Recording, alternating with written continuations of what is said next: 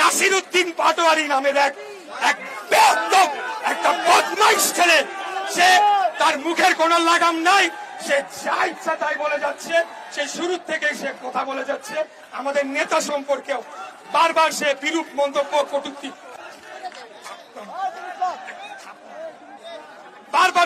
করেছে। তারপরে আমরা কিন্তু কঠিন ভাষায় প্রতিবাদ করি নাই। আর বসে থাকা যায় না ভাইয়েরা। এই নাসিরউদ্দিন পাটোয়ারির মতো, যাকে ইউনিভার্সিটিতে বলে ছাত্ররা ডারবি নাসির বলে চিনি, আমি জানি না কেন, এই ডারবি নাসিরকে হুঁশিয়ারি দিতে চাই, মুখ সামলে কথা বলেন, তা না হলে আপনাদেরকে রাজনৈতিক ভাবে ঘেরাও দিয়ে আপনাদের রাজনীতি ইতি আমরা সেখানে টেনে দেব। এনসিপির যে প্রধান নাহিদ ইসলাম, সেও আমি তাকে ভালোই জানতাম, কিন্তু সে কি করলো, জেলা ঘুরে বলা শুরু করলো বিএনপি নাকি চাঁদাবাজদের দল। আরে ভাই, বিএনপি চাঁদাবাজদের দল? আপনারা কারা? আপনারা তো ঘুষখোরদের দল, কমিশন বাণিজ্যের দল। আপনারা যত ধরনের সরকারি ক্রয় কেনাকাটায় দুর্নীতি অনিয়ম আছে সবকিছু করছেন, এবং প্রত্যেকটি মন্ত্রণালয়ে একটা করে কমিটি গঠন করতে হয়েছে, এটা শুনেন আপনারা। সেখানে 2 জন করে ছাত্র প্রতিনিধি বসাই দিছে, এরাই সব সিদ্ধান্ত নেয়।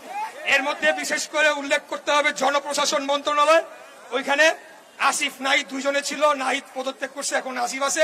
ওইখানে বসে বসে তারা কি করছে, স্বৈরাচারের খুনি হাসিনা সবচেয়ে কাছের সচিব গুলাকে তাদের পাশে এনে বসাচ্ছে। তা আমরা কি এগুলা বুঝি না?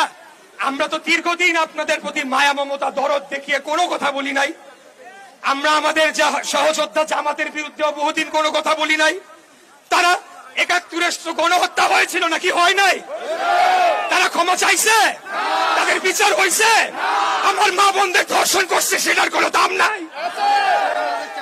তারপরেও আমরা সহ্য করে গিয়েছি কেবলমাত্র বাংলাদেশের জনগণের কথা চিন্তা করে।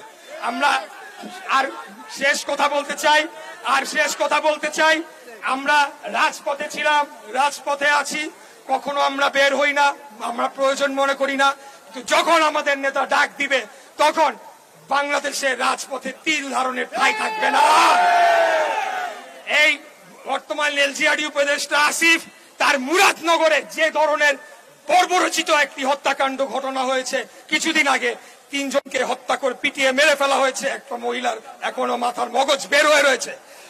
প্রথমে কি করলো, বিএনপির উপরে দায় চাপানোর চেষ্টা করলো, পরে দেখা গেল এই উপদেষ্টা বেটার আত্মীয় এদেরকে প্রশ্রয় দিচ্ছে, যারা খুনিরা রয়েছে।